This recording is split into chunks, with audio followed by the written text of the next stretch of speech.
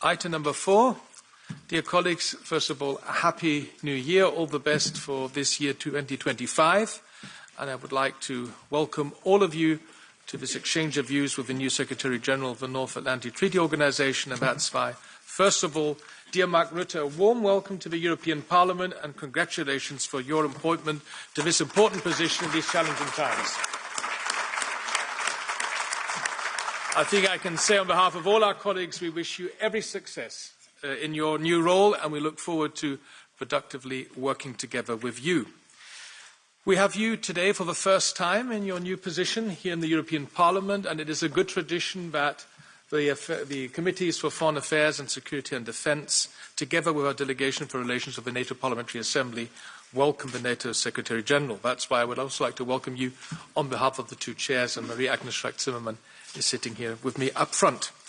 I will not be long in my introductory remarks because I have been informed that the Secretary General has to leave us at 5:30 because he's flying to Finland, one of our important member states. That's why, without any further ado, to catch up a bit of time, shall I hand over? Yes, Marie-Agnes, yes. The floor is yours. Thank you very much. To make a long story short, great that you are here. I mean, it's a challenge, and this job is really for tough cookies only. So, great. Welcome, and also Happy New Year to all our friends here. And I think we have to start immediately because time is running. Super. Dear Secretary General, you have the floor for roughly 10 to 15 minutes, and then we'll have an exchange of views. Thank you so much. And good afternoon, and a very happy New Year to you all. It's great to join you today. And this is for me the first time in this big room after so many years to be back now in the European Parliament. In this particular room, I think I was here once before, 10 or 12 years ago, for a big meeting between the European Council and the European Parliament. So I have some memory of this room, but I didn't realize it was that big and there would be that many members visiting. So thank you all for being here, and thank you very much for inviting me. Madam Chair, Mr. Chair, Marie-Agnes and David. As you know, I am a European through and through, so I feel very much at home here, and it's great to be here, back here in the European Parliament. Since starting my job in October, I've had many meetings with European leaders. I had the pleasure of hosting the President of the European Commission. I had lunch in her office, and then she came for dinner at my residence. I met with the President of the European Council, Antonio Costa, with Kaja Kallas, the EU High Representative, and the European Commissioner for Defence, Kubilius, and I had the honour to participate in the EU Foreign Affairs Council in November. And again, I'm today very happy to meet with you. In the coming months, I intend also to have a somewhat longer meeting with Roberta Metsola, your President, and the heads of the political groups in the European Parliament.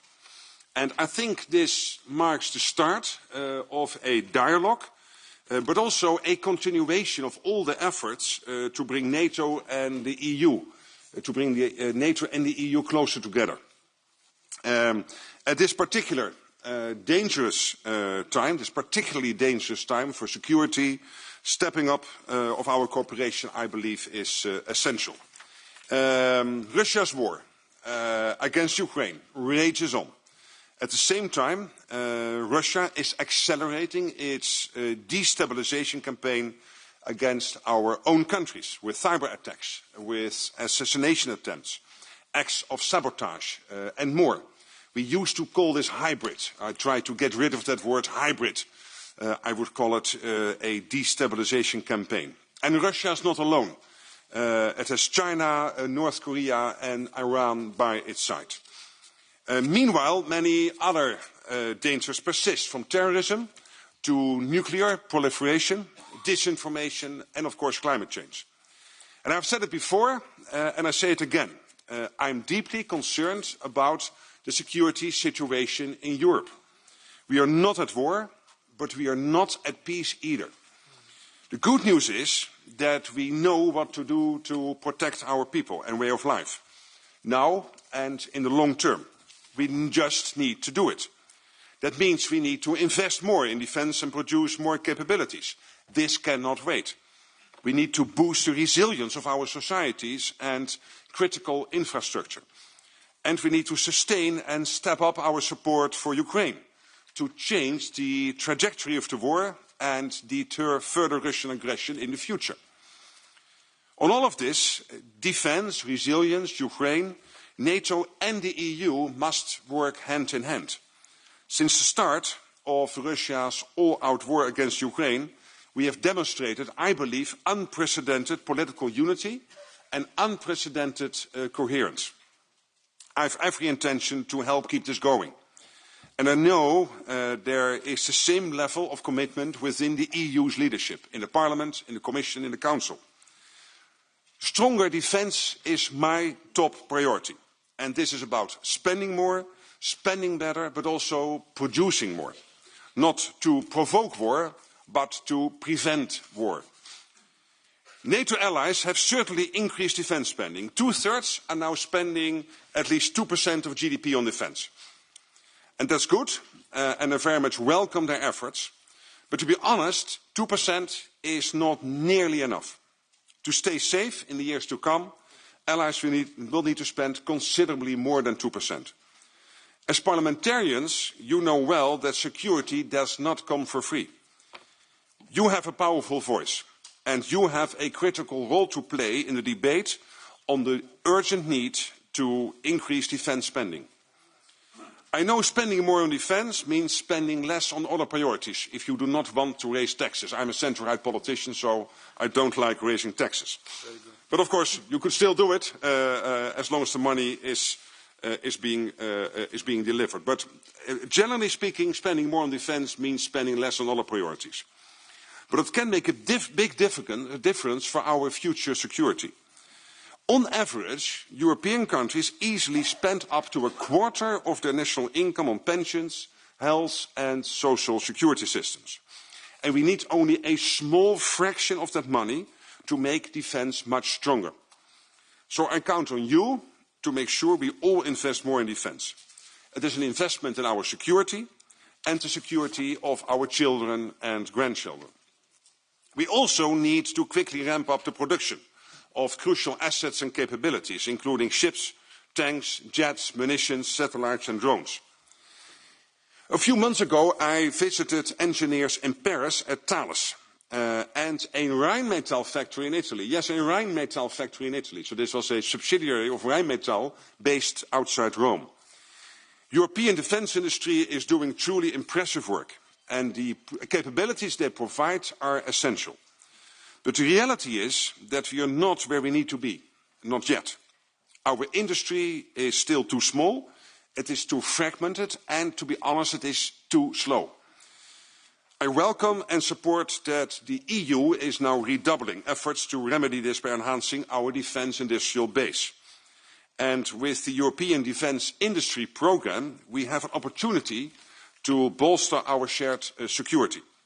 Yet, while I enthusiastically applaud, I also here urge caution. I believe we must avoid creating new barriers between allies that would only increase costs, complicate production and hamper innovation. Involving non-EU allies in EU defence industrial efforts is vital, I believe, for the security of Europe. Transatlantic defence industrial cooperation makes us all stronger.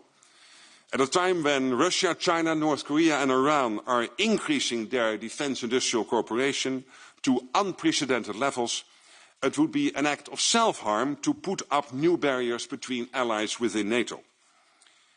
We must also avoid duplicating existing structures. We cannot afford to waste time and resources. But we are all well placed to complement each other, and that's exactly what we should work to do. NATO is great at the hard stuff. We have the structures in place to set military standards, to set capability targets and produce them jointly. On the other hand, the EU has the awesome advantage of the internal market. That's a huge soft power element. It can help get defence production going at a much higher pace. And therefore I believe that cooperation is truly win-win. My next point is on resilience, another area where both our organizations, EU and NATO, already work closely together. But we can and we must do more. Cyber attacks, acts of sabotage, espionage, disinformation, instrumentalized migration, our countries are increasingly the target of hostile actions. The most recent example is the damage to an undersea power cable connecting Estonia and Finland on December 25th. And a communications cable between Lithuania and Sweden was damaged last November. We must be more resilient to such hostile actions, and we must make clear that efforts to wage war through sabotage and other destabilization will not go unanswered. And that's why tomorrow, and that's why I'm traveling to Finland tonight, tomorrow, together with Finnish President Stubb and Estonian Prime Minister Michal, I am co-hosting the first ever Baltic Sea NATO Allies Summit in Helsinki. At the summit, a group of allied leaders will take further steps to prevent any further damage of undersea assets and to improve the resilience of energy and communications infrastructure. And we will also strengthen NATO's military presence in the region. And of course, we will discuss the shadow fleet and what to do about it. So we are responding and will continue to ensure no country can exploit us, control our infrastructure or disrupt our societies. This is not a job for NATO alone. We need to work together, leveraging our strength and expertise in tandem to keep our population safe. And then my last point on Ukraine. The future of European and global security hinges on the outcome of the war in Ukraine. We all want this war to end, but above all, we want a peace to last. I don't know how or when the war will end, but I do know peace will not last if Putin gets his way in Ukraine, because then he will press ahead. He has threatened to start wars in the past, and he has started them. Georgia in 2008, Ukraine in 2014 and again in 2022. So what is the next target to be? Peace will not last if war ends with a deal where Putin, Xi Jinping, Kim Jong-un and the regime in Tehran are high-fiving each other, feeling empowered. A deal in Ukraine that serves their interests paves the way to global instability. So I'm convinced that peace can only last if Ukraine comes to the table from a position of strength. For this, it needs our continued help. More weapons and faster, so it can defend itself better and negotiate a good deal for Ukraine, for Europe and for the world. NATO allies are providing more, and the EU support continues to be crucial. Last week, at the Ukraine Defence Contact Group meeting in Ramstein last Thursday, the US and European allies announced further aid to Ukraine. And these additional contributions are vital. NATO and the European Union have a lot to do together. And I can count on you, I know, as members of the European Parliament, to keep up the support for Ukraine, for their freedom and ours too. And I can count on you to continue strengthening our own defences. We can't afford to wait. We are safe now. We are not safe in 5 years. So we have to start today, spending more, ramping up production, getting resilience right and supporting Ukraine. I will now stop. I very much look forward to our discussion. I will try to answer as many questions as possible. I know you cannot come back if you do not like my answer, but I will not give you, I hope, any reason to get back to me by answering the question in the first place in a correct way. So I'll try to do my utmost. Thank you.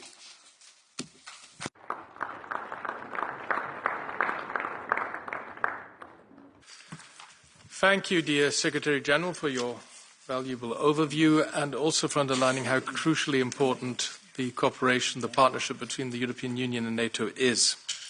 I now give the floor first to our chair of the delegations for relations with the NATO Parliamentary Assembly, our colleague Salvatore De Meo, for a maximum of 3 minutes. Please, Salvatore.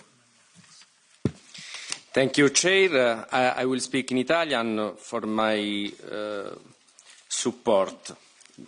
Grazie, signor Segretario Generale, per la sua presenza che ci conforta e conferma, eccomi qua,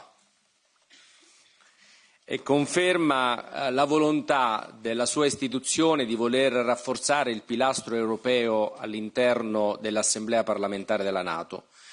A novembre scorso c'è stata l'Assemblea parlamentare e la nostra delegazione ha espresso in maniera chiara l'intenzione di voler cooperare affinché NATO e Unione Europea siano due istituzioni che lavorino in parallelo e non in contrapposizione.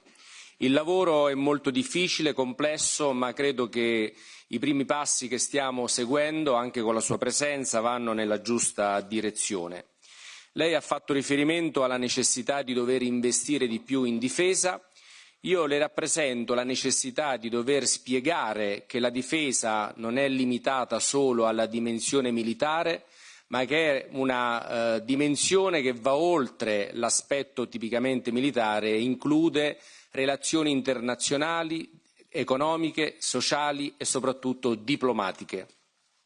In questo il Parlamento europeo può essere di grande aiuto. 23 Paesi alleati sono stati europei e quindi le confermo la disponibilità della nostra istituzione a fare in modo che ci sia questa sensibilizzazione perché l'investimento non sia un obbligo ma sia una consapevolezza che soltanto mettendo insieme le nostre forze, non sostituendosi alle difese nazionali, noi possiamo migliorare la capacità difensiva e difesa significa benessere sociale, welfare, economia, opportunità per tutti. Io le chiedo se le differenze politiche dei vari Paesi alleati, soprattutto quelle che possono emergere all'indomani di elezioni politiche presenti e successive, siamo alla vigilia anche di un appuntamento elettorale importante di un partner come il Canada, possano mettere a rischio la nostra solidità e soprattutto se possano esserci dei rischi rispetto al supporto incondizionato che abbiamo espresso nei confronti dell'Ucraina, perché è vero, noi abbiamo bisogno di garantire una pace giusta e duratura in Ucraina per poter assicurare il prossimo futuro di pace. E a questo riguardo le chiedo se ci sono rischi su altri fronti, parlo del Mediterraneo, parlo dei Balcani, che sono ovviamente focolai importanti a cui non possiamo non porre la massima attenzione. Concludo il mio intervento chiedendole di dover fare uno sforzo perché l'opinione pubblica non venga divisa. Non bisogna cadere nell'errore di semplificare la discussione in difesa uguale armamenti. E in questo apprezzo l'iniziativa della NATO di voler promuovere anche un Consiglio dei giovani, perché è importante la loro posizione e sono convinto che ci possano aiutare a far capire che insieme si può, insieme possiamo fare la differenza. Grazie e buon lavoro. Thank you, Salvatore.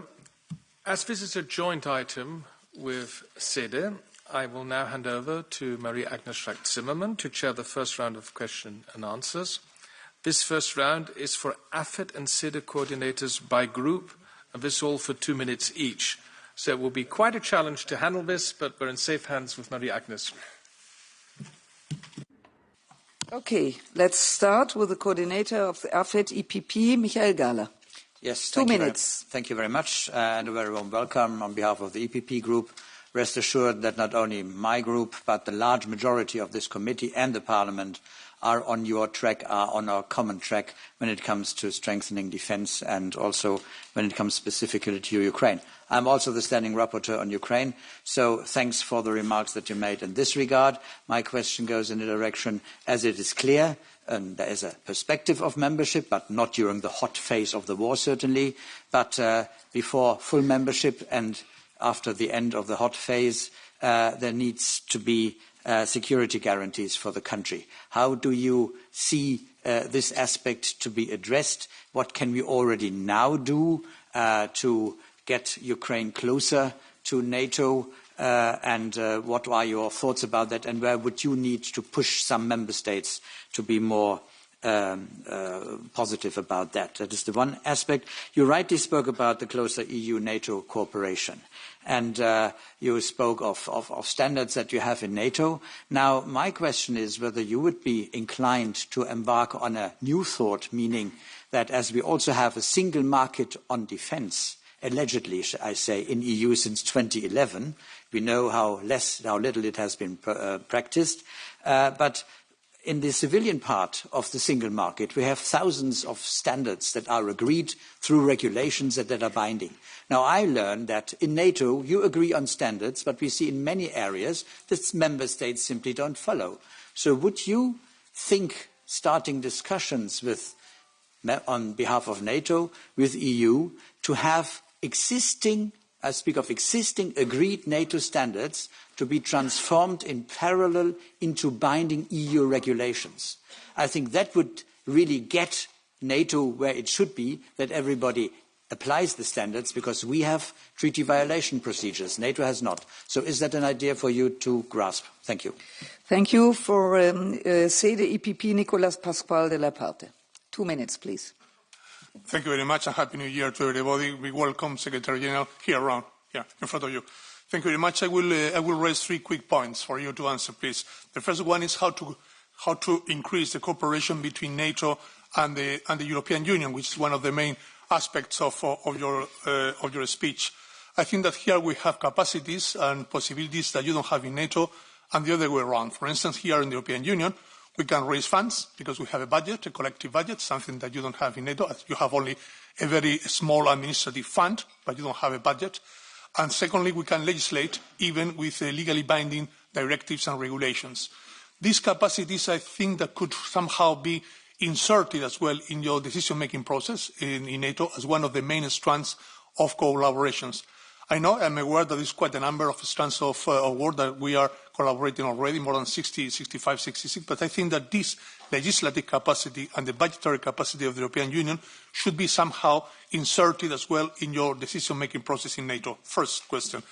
The second one is capacity planning.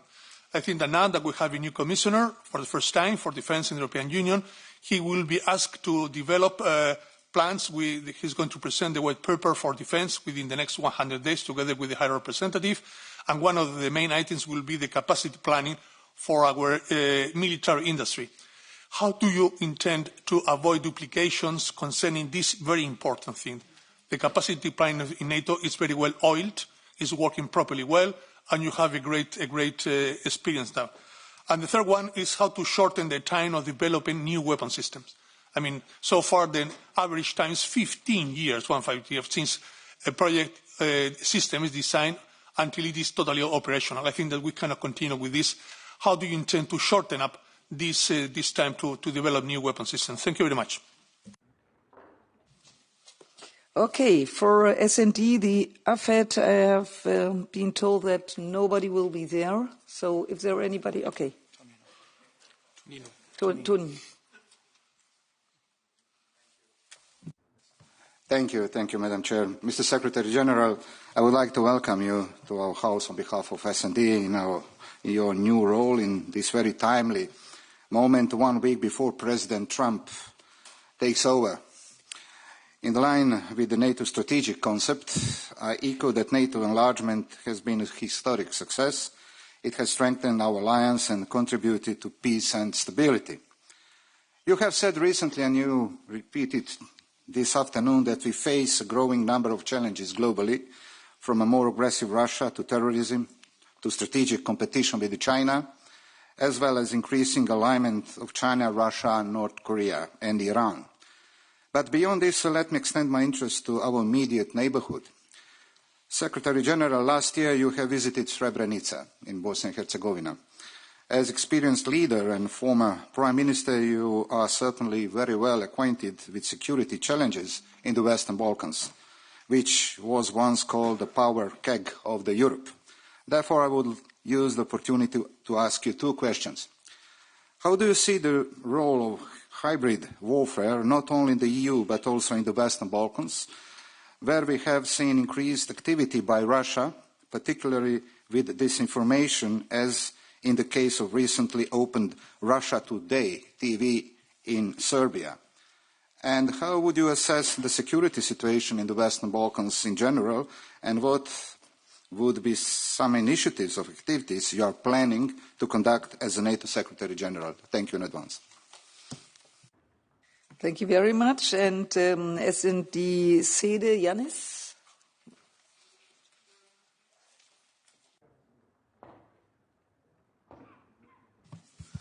Here, Mr. Secretary General. Thank you very much for your presence in our committee, and I wish you every success in your mandate. You take over at a period when we have the war in Ukraine, war in Gaza, regime change in Syria, and the increase in hybrid attacks on the infrastructure of members of the Union and NATO, and even attempts to interfere in the democratic functions of the countries. At this critical time for Europe, we are exactly 1 week before President Trump returns to the White House. Last week's interview about his plans for acquisitions and annexations against 2 NATO members, Denmark and Canada, was shocking to say the least. In this very difficult context, I would like to ask you how you intend to ensure the unity of the alliance and the protection of the border integrity of all member states. I would also like to ask you to tell us about the cooperation between the European Union and NATO in addressing the hybrid threats that many member states are facing, and more generally, how do you see defense cooperation between the European Union and NATO? Would you be supportive of a more autonomous European defense? Finally, I would like to ask you about defense spending. What would be for you an adequate target instead of 2% of GDP? Wouldn't it be more effective to focus on making better use of defense spending than to ask for its continued increase? Thank you. Thank you. Thank you very much. For AFET Patriots, Jordan Bardella. Merci Madame la Présidente. Monsieur le Secrétaire Général, merci de votre présence devant cette commission. Moi, je souhaiterais vous entendre sur le rôle d'un État clé de l'OTAN qu'est la Turquie. Entre intimidation frontalière à l'égard de la Grèce, sa politique de réarmement drastique et son rapprochement avec Moscou, la Turquie redéfinit son rôle sur la scène internationale en face d'une Europe bien naïve quant à la marche du monde. D'un côté, la Turquie cherche à endormir l'Occident à travers sa participation à l'OTAN et la ratification d'accords de coopération en matière migratoire. De l'autre, ses ambitions expansionnistes et sa politique agressive en Méditerranée la placent parmi ces puissances qui ne nous veulent pas nécessairement du bien. Pour le président Erdogan, l'OTAN est un outil d'influence de ses propres ambitions, lui qui rêve de faire de son pays une porte de l'Est et un pont en mesure de regarder à la fois vers Moscou et à la fois vers l'OTAN. Le récent refus d'Ankara de participer à l'exercice aérien de l'Alliance en Grèce en septembre dernier doit, je le crois, attirer notre attention. Ce geste n'est pas isolé et s'inscrit dans la volonté d'asseoir une ambition régionale, en oubliant parfois ses obligations vis-à-vis de l'Alliance dont la Turquie est censée partager les valeurs. Monsieur le Secrétaire général, la liste des provocations turques est longue comme le bras. Je me permets de rappeler que la Turquie a joué un rôle actif dans la crise migratoire, aux frontières de l'Europe en y acheminant délibérément des réfugiés syriens, qu'elle entretient les plus grandes ambiguïtés à l'égard du fondamentalisme islamiste. Elle s'est vivement opposée à la France sur le plan diplomatique en 2020, a usé d'un chantage inacceptable à notre égard concernant l'adhésion de la Suède à l'OTAN. Elle reste le seul État de l'Alliance à ne pas s'associer aux sanctions contre la Russie. Elle continue de violer la souveraineté territoriale de Chypre et de la Grèce en mer Égée, y empêchant le forage d'entreprises européennes. Et en tant que deuxième armée de l'OTAN, la Turquie se sait incontournable. La question que je souhaiterais donc vous poser est simple. Comment appréhendez-vous ce double jeu de la Turquie au sein de l'Alliance Atlantique? Je vous remercie.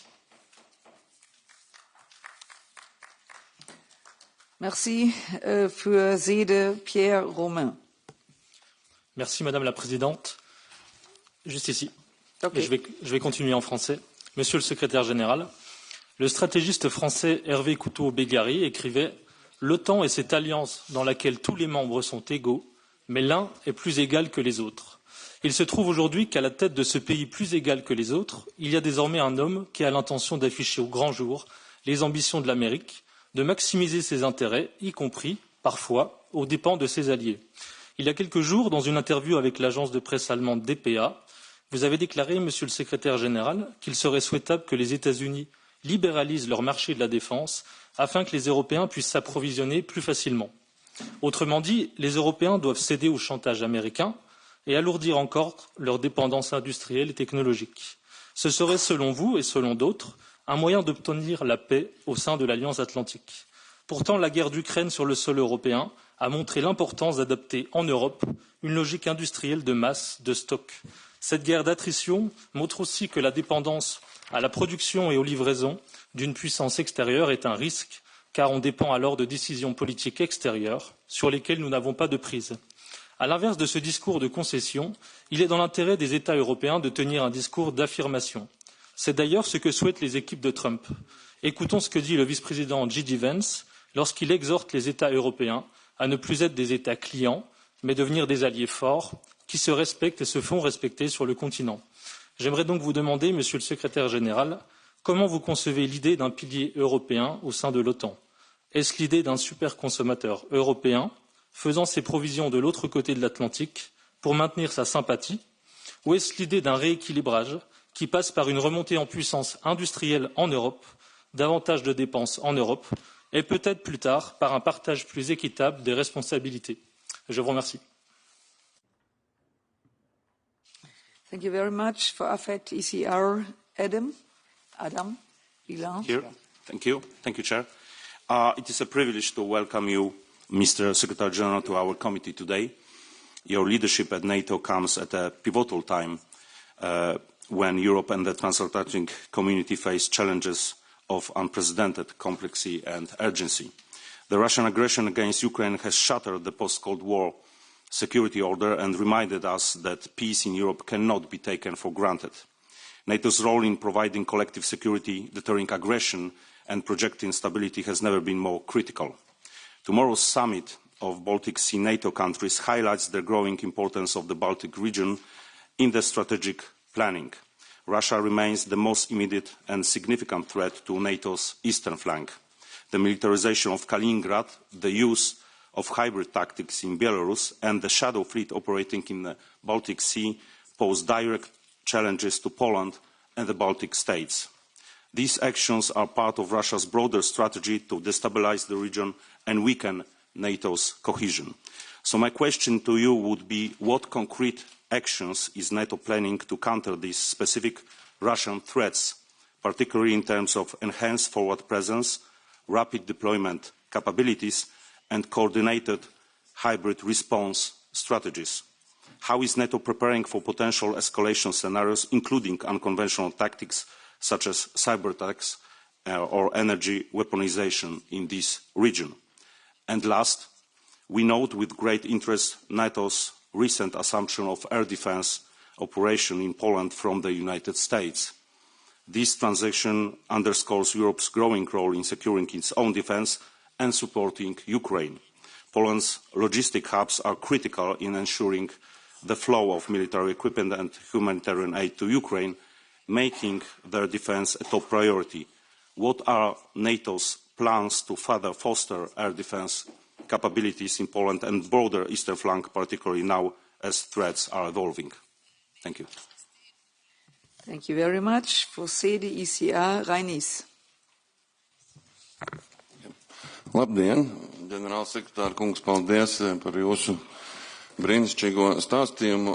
Grūti tam ir nepiekrist, ja vien neņem vērā, ka drīz būs 3 pilni gadi kopš pilna mēroga iebrukuma Ukrainā, 11 gadi kopš karš tur vispār notiek un arī 11 gadi kopš, teiksim, atklātiem, jums nepatīk vārds hibrīda iebrukumiem, jūs to saucat par sabotāžu vai, manuprāt, valsts atbalstītu terorismu dažādās pasaules malās, un šis laiks ir diezgan, ātri iet uz priekšu. Man ir tāds jautājums, vai jūs, varbūt jums ir kāds redzējums, kas mums traucē attīstīties un iet uz priekšu ātrāk, kļūt stiprākiem, un arī kādi konkrēti, varbūt, jūs redzat risinājums, kā tieši cīnīties ar šo sabotāžu vai valstu atbalstīto terorismu, jo skaidrs, ka kopš 49.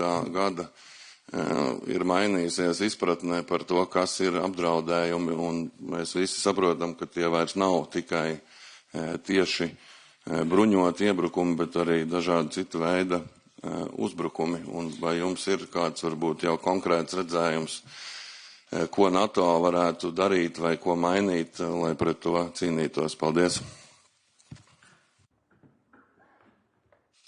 Vielen Dank voor AFET Renew, Hilde.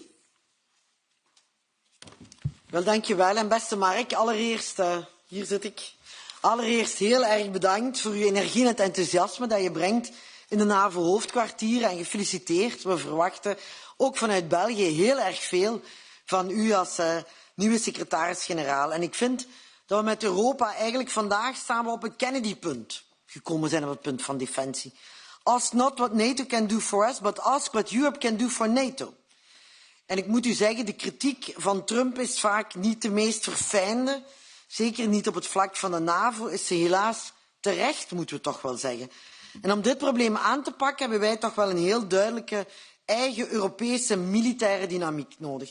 Mark, ik ben een van degenen die hier in het huis al jaren pleit voor een Europese defensie en zelfs wat mij betreft een Europees leger. Maar ik moet u zeggen, als ik dat hier breng, dan hoor je toch heel fel vanuit de NAVO-kringen ook, pas op, niet te Europees, zet geen concurrentie op met die NAVO-structuren.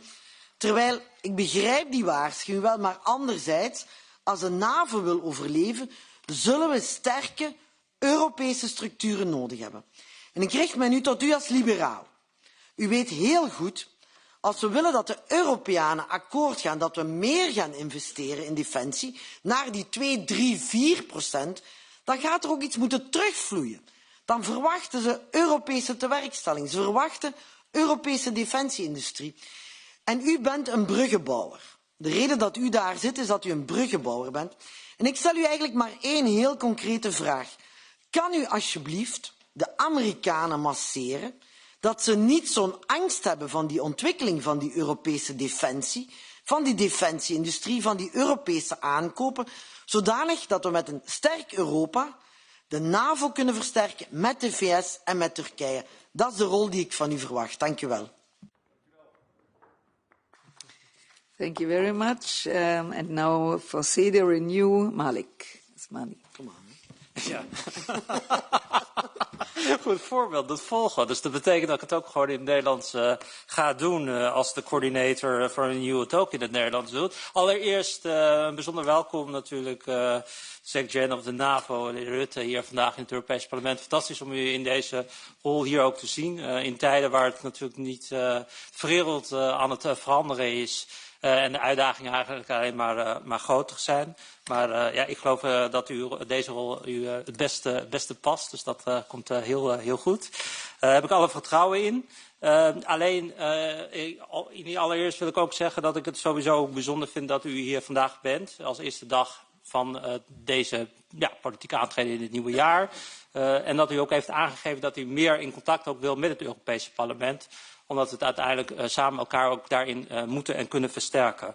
Op dat ene punt misschien als het gaat om die bestedingen, de 2% norm. Daar wisselen nog steeds verschillende lidstaten in. We hoeven aan Baltische lidstaten niet uit te leggen hoeveel geld je moet investeren in defensie als het gaat om begrotingen. En sommige West-Europese landen blijven nog best wel achter. Wat zou nou een voorstel kunnen zijn voor het Europese parlement om daar veel steviger en sterker te kunnen zijn, ook naar die lidstaten, om meer te gaan investeren in defensie. U had zelf in uw inleiding, had u het er ook over dat de EU ook een mogelijkheid heeft om onder artikel 5 tegen nieuwe dreigingen op te treden, samen met de NAVO. En moet er dan ook niet eigenlijk een soort nieuwe norm komen om tot een minimum inspanning te doen om die nieuwe dreigingen zoals sabotage en destabilisatie tegen te gaan? Want die 2% norm is natuurlijk het materiële norm, de materiële investeringen die aan gaande is. Maar als je ook kijkt naar die andere dreigingen, zou er ook niet veel meer samengewerkt moeten worden en toegewerkt moeten worden naar minimumnormen om ook daar voldoende financiële middelen te hebben om uiteindelijk die dreigingen met elkaar ook tegen te gaan. Dank u wel. Perfect. Now for AFET Greens, Hannah Neumann. Thank you, Madam Chair, and Mr. Secretary General. It's good you're here, and I think we need a closer and more collegial cooperation between EU and NATO more than ever. I'd say even more so after January 20, but this leads us to a number of questions. First one on the EU Defence Union. We are just about to start our discussion on the EU White Book for Defence. Defining the abstract concept of the EU Defence Union, I wonder how you think the EU Defence Union could best align and fit into NATO structures, and if you could suggest a separation of tasks. What is for EU and what is for NATO? How would that look like? Second question, and you said it yourself, spending more on defence. It is clear that member states need to step up defence spending. I'm not sure if the discussion on percentage is of good value, especially when GDPs might shrink. So it would be interesting for us to get an overall figure of what you think EU member states should be spending in just number of billions of euros in your regard. And as the former leader of the Frugals in the European Union and now SecGen of NATO, I'm wondering what you think about Eurobonds as a possible way forward. On the upcoming Baltic summit, we are seeing a growing number of Russian Jews to name them destabilizing attacks in the Baltic Sea. Is the current setup of NATO Task Force Baltic good enough, or could you give us a sneak preview of what you're discussing tomorrow? And my last question, how do you intend to deal with intra-NATO security threats, such as Trump threatening to annex Canada? Thank you very much. And now for CD Greens, Martins. Thank you, Madam Chair. Thank you, Secretary General, for being here in Parliament. So during Donald Trump's presidency, he raised the possibility of the United States leaving NATO and even threatened Denmark over Greenland. So now, with a future US President-elect potentially taking a similar stance, many Europeans are questioning whether we can continue to rely on the US for our security. So do you believe Europe should take stronger steps to defend itself in case the US reduce its commitment to NATO in the future? And what specific actions should European countries take now to prepare for such scenario? Thank you. Thank you very much. And for AFED, the left, Mark Botenga. Merci, Monsieur Rutte. Vous êtes secrétaire général de l'OTAN. Évidemment, je viens de quitter la rue où des dizaines de milliers de travailleurs et de syndicats belges ont manifesté contre les plans, notamment en Belgique, mais qu'on voit partout en Europe, de couper dans les pensions, de couper dans les services publics. Et alors, j'arrive ici face au secrétaire général de l'OTAN qui me dit, effectivement, nous devons investir davantage dans la défense, c'est une question de priorité et ça fait qu'il y aura moins d'argent pour les pensions et pour l'enseignement, pour les hôpitaux. Alors je dois évidemment relayer alors la question que se posent les gens, c'est-à-dire aujourd'hui, d'abord l'OTAN dit qu'il faut dépenser 2% du produit intérieur brut pour la défense, maintenant vous parlez de 4%, Donald Trump, président élu des États-Unis, parle déjà de 5%. Tout ça, pour la Belgique, ça voudrait dire, par exemple, qu'on passerait de 7 milliards annuels actuellement vers 30 milliards environ. Vous imaginez bien qu'entre-temps, on fait des coupes dans le social, mais on investit massivement dans le militaire. Les gens se disent, oula, ça c'est quand même inacceptable, mais peut-être c'est nécessaire. Ma question, c'est, j'ai regardé, l'OTAN dépense aujourd'hui environ, annuellement, les dépenses en défense des pays membres, c'est 1185 milliards. La Russie, principale menace considérée sur le flanc Est, c'est plus ou moins 10 fois moins. Je pense qu'on est à 126 milliards. À ce niveau-là, pourquoi est-ce qu'avec tout l'argent que nous dépensons en défense, on n'est pas capable de se défendre aujourd'hui? C'est ça la question que me posent les gens. C'est est-ce que c'est des politiciens complètement incompétents qui ne savent pas gérer ces budgets? Est-ce qu'en réalité, c'est parce que cet argent est mal dépensé? Est-ce que ça va dans les caisses des actionnaires des grandes multinationales? C'est quoi? Pourquoi est-ce qu'avec ce budget qui est tellement plus important que le reste du monde, on n'arriverait pas à se défendre aujourd'hui? Merci. Vielen Dank. For the AFET, ESN, Stanislav Stoyanov. Isn't he? Okay, then for the SEDE. Oh, sorry, where are you? Oh. Non, excusez-moi, on avait le left CD aussi.